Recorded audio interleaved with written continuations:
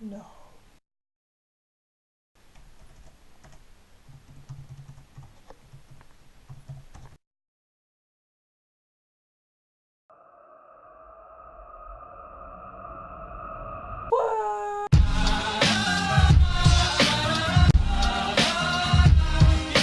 So, this happened. Monarch has gone bankrupt. If you remember, like a year ago, everyone was like, there was this massive storm that came up. They were like, oh yeah, Monarch's gonna go bankrupt. And then it was completely denied by the airline. They're like, no!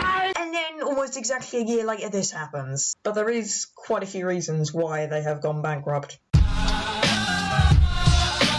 You know all those terrorist attacks that happened in Tunisia? Then they've got all the refugees, Greece and then Turkey and all of that market basically, like in Africa and everything. Everyone's going, oh god, that stuff's going there, we don't want to go on holiday there. So then, what does that mean? This was like from basically 2015 onwards. That was the market that they were flying to quite a bit, but then because most of the Western Mediterranean market was taken up by like EasyJet and Ryanair and Thomas Cook and TUI, well, they were Thomson back then, but it was taken up by them, and Monarch had a big market there, and then they had to get rid of that. So that means that they couldn't do that, and then they had to focus on their short-haul market, that was in the massive competitive market that was a Western Mediterranean one, like going to Mallorca. And in fact, when we went to our hotel this year, it was about £3,000 to £4,000 more than it was before, and that's because the prices have gone up because people don't want to go to alternative places anymore. The airlines have stopped flying there, so everyone's piling into Mallorca, they're piling into the Balearics,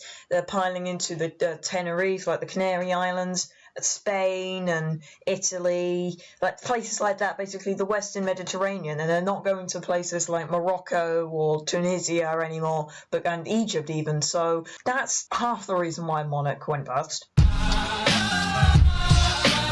Then, which was something which I actually found out when I was doing my A300 fleet history, if you remember that with Monarch. I remember when I did that, and then I saw that they retired that, and then in 2015 I was looking with their A330s as well, and it said that it was like they'd gone to another airline or whatever, and I was thinking, well, why did they retire their A330s? And then I looked it up, and it was that Monarch had decided to get rid of all their long haul. They decided, well, we're not going to do that. I don't know how profitable it was.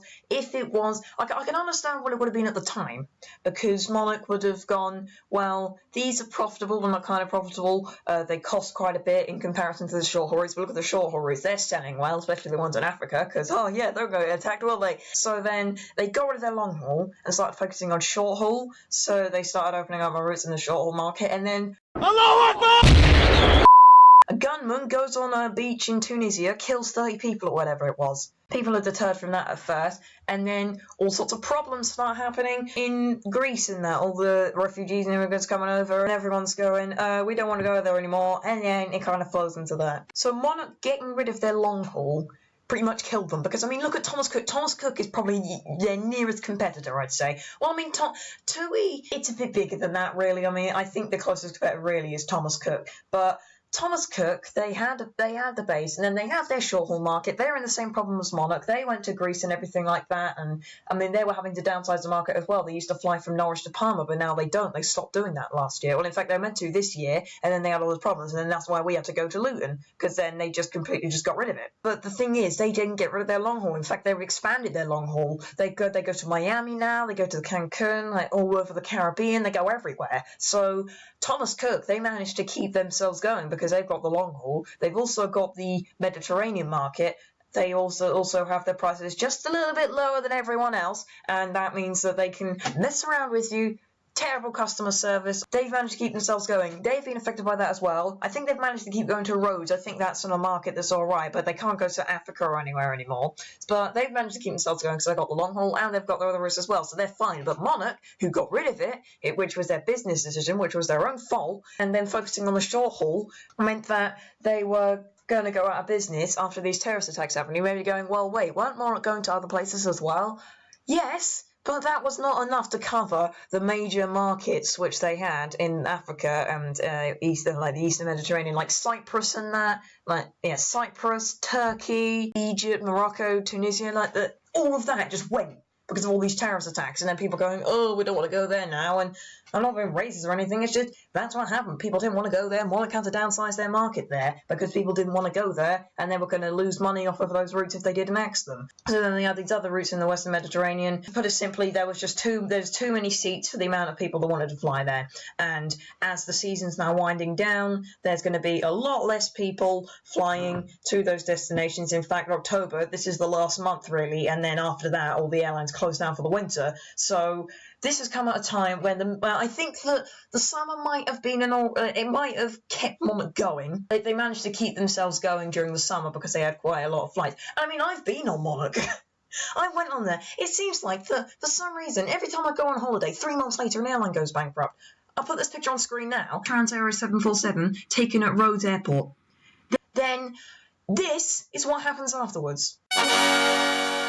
Then I fly with Monarch. Then this happens. They've just been completely squeezed, and I'll tell you the reason why they've been squeezed. The reason why they've got squeezed so much is EasyJet and Ryanair, especially Ryanair. Just look in my last video of my, Ibirdball's holiday. Look at the last video of that. How many pictures did you count that were Ryanair? There's a couple of EasyJets.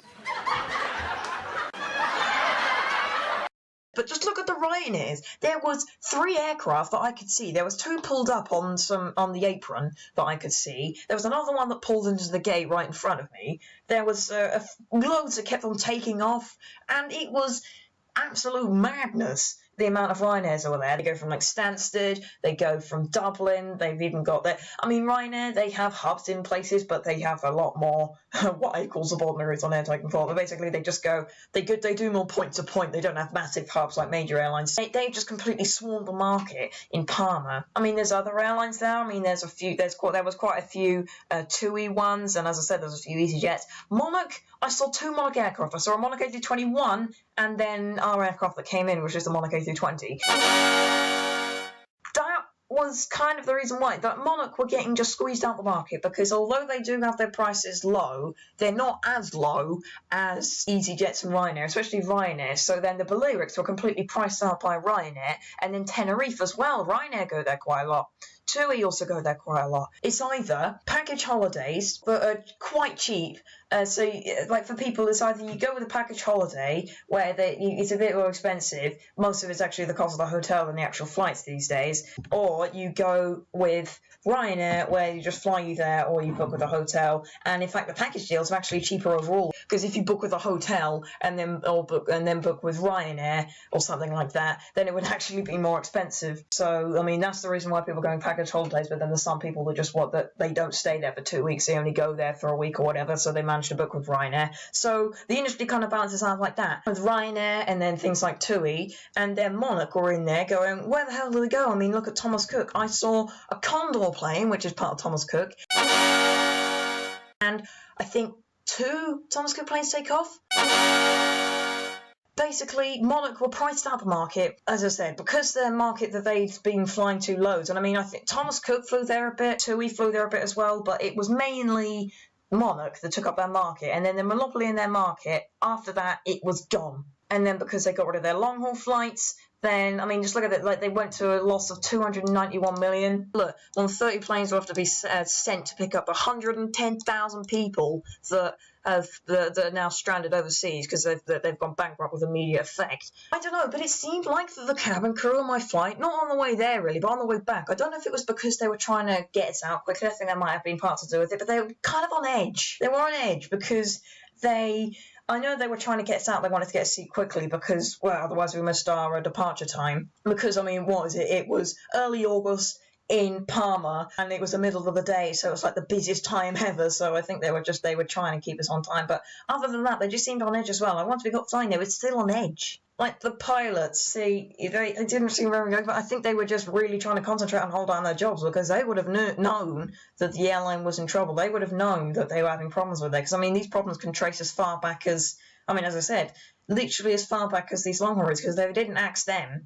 If they decided to focus more on them, because they had originally bought 787s, or they were going to buy 787s, and then there was a delay in that, and then they decided, oh, we're just going to get rid of long haul, then and they cancelled the orders for the 787. So that would have been interesting, a Monarch 787. Now, Monarch is dead. Monarch is dead. I would reckon this won't be the last. TUI is a bit too, I was going to say, it's too big to fail. It's not that it's too big to fail, but it's the fact that they go elsewhere as well. They go long haul. I mean, they literally they have multiple hubs, and they do lots of long haul, which isn't being affected by this, really. They're still flying to the Mediterranean, but they're the main competitor there. Like, they're the main one other than Ryanair, so they'll be all right in that respect. Thomas Cook could be in the same position, but as I said, they've got the long haul, so they can keep it that way. It's a crunch time for these airlines. Ryanair's and that, they will still continue to grow, but I don't think that they will grow as fast as they used to, because people are kind of going, well, what do we do now? Because we lost our package holiday companies, and what, are we going to fly with them cheaply? But they don't really want to do that, so they're going to go to TUI. Monarch bankruptcy, 50 years they've been going for. They founded in June 1967, so they were going for nearly a year and a half. 50 years and a half. I mean, look here, like Turkey, Greece, Cyprus, Israel, that part of the market is pretty much just gone for them. I mean, look, they still do fly there, but the market was significantly reduced. People didn't really want to go there, so then they were focusing on this market. Spain, France, probably a bit of Italy. They started going to Croatia. They were trying to expand their market a bit, but that didn't really go well. And Sweden, that was like another possible expansion, but most of it was this section here. And then all of this was gone.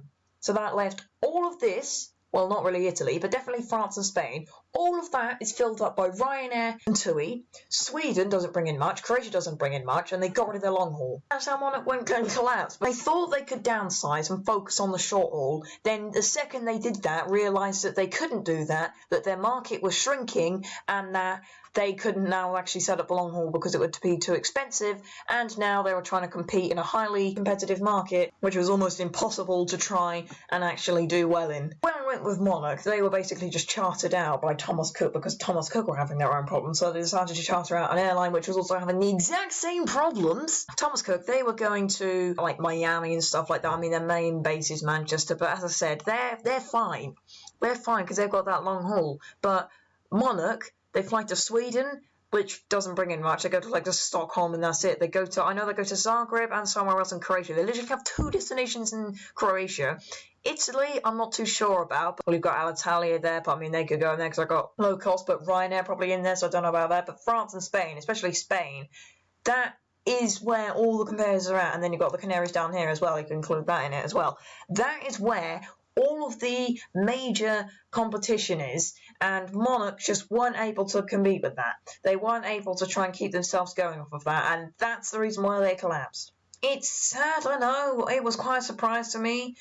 This always seems to happen 3 months after I go on holiday. I think that the prime time for airlines to go bankrupt is October. Monarch's not going anymore. That is weird. It is just so weird now, but I mean, look at this. Monarch reported a loss of 291 million in October 2016. That was when things started to go downhill, but they had a profit for 2015, like of 27 million. I mean, it's not just that, but then there's also, in fact, there's a few more reasons as well. Brexit. Basically, because the pound had gone down, it meant for Monarch that the fuel would cost a lot more. Because the pound was worth less, it meant that the fuel would cost a lot more for them to purchase, so then that just added to all the costs, as well as the downsizing in the market after all the terrorist attacks. So, I mean, it was just another one of those factors that was piling on. The whole airline industry right now, it expanded right up, and now, because of these terrorist attacks and everything, I think it's starting to level off now. Apart from like the EasyJets and Ryanair, it's starting to level off. I wouldn't say it's dipping. It might be, I don't know. But right now I reckon it's levelling off. As I said, Thomas Cook, well, TUI are actually doing all right because they're actually managing to expand because they've still got all their business. They've got so much business that they managed to fly a blooming 787 from Gatwick to Palma. So, I mean, even Jet2, I mean, I didn't actually mention Jet2, they're doing quite well as well. In fact, they're not actually doing any long haul. This is the thing. Jet2 do that. They do package holidays, don't you? Yeah. I think that then it must be them and TUI as well, because Jet2, I mean, they go, or they're on the up, and you know why? Because they started a whole new one from Stansted, and Monarch weren't going from there. They are, I mean, Jet2 really, I mean, they go to a lot of places, but they're not as in-ground as the other ones, and I think for Monarch it was just too much to handle, because they weren't a package holiday company, they just flew there cheaply. Jet2 a package holiday company, TUI a package holiday company, then you've also got the Ryanairs and the EasyJets are offering cheap prices. That's a pretty big amount of airlines. That's 4 airlines that are in the market. There's no real place for Monarch, which was declining anyway because it lost its competitive markets. Well, not competitive markets, it's monopoly markets. It decided to downsize its operations into just short haul and close its long haul. And that's just how it failed. It was also on top of that, they just had the general increasing of the fuel price due to the drop of the pound. So that was just another thing that just piled on top, and then that just led to the collapse of the airline. Brayling and the Civil Aviation Authority, they've decided to send out a bunch of planes. They've got Air Transat, EasyJet, and Qatar Airways, I believe. Yeah, Qatar Airways. They are going to be going out and getting people home. As I said, 110,000 people are out there still waiting to get home. The last figure I heard, about 12,000 of them have returned home now. It's the biggest airline bankruptcy ever in the history of British Airlines. Apparently, it's the biggest peacetime reparations since the Second World War. It's a major thing, the Monarch collapse, really, because, I mean, they weren't a small airline. They were the 5th largest airline in the country. I mean, look at this, EasyJet. It would be really pleased to have former Monarch employees. But to be honest, they might actually do that. EasyJet, they're planning it. They've got low cost, but they're planning it.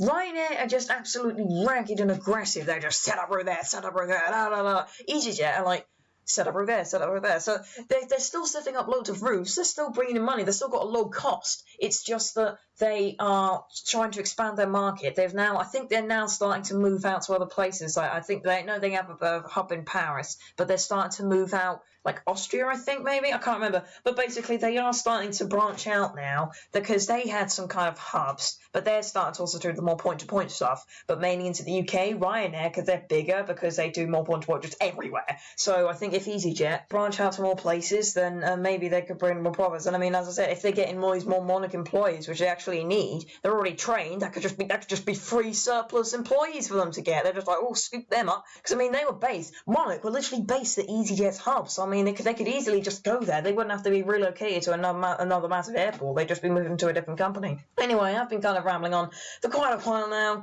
As I said, well, I know the Monarch's now dead, but at least I got a chance to go on there, even if it was literally one plane. It was literally the exact same registration. It was Golf, Oscar, Zulu, Bravo, X-Ray.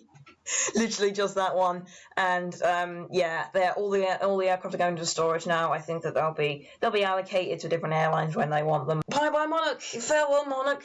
50 years you were going. It was the downsides in the market due to terrorism and rising costs of fuel because of Brexit, all of that. It killed you. So sorry.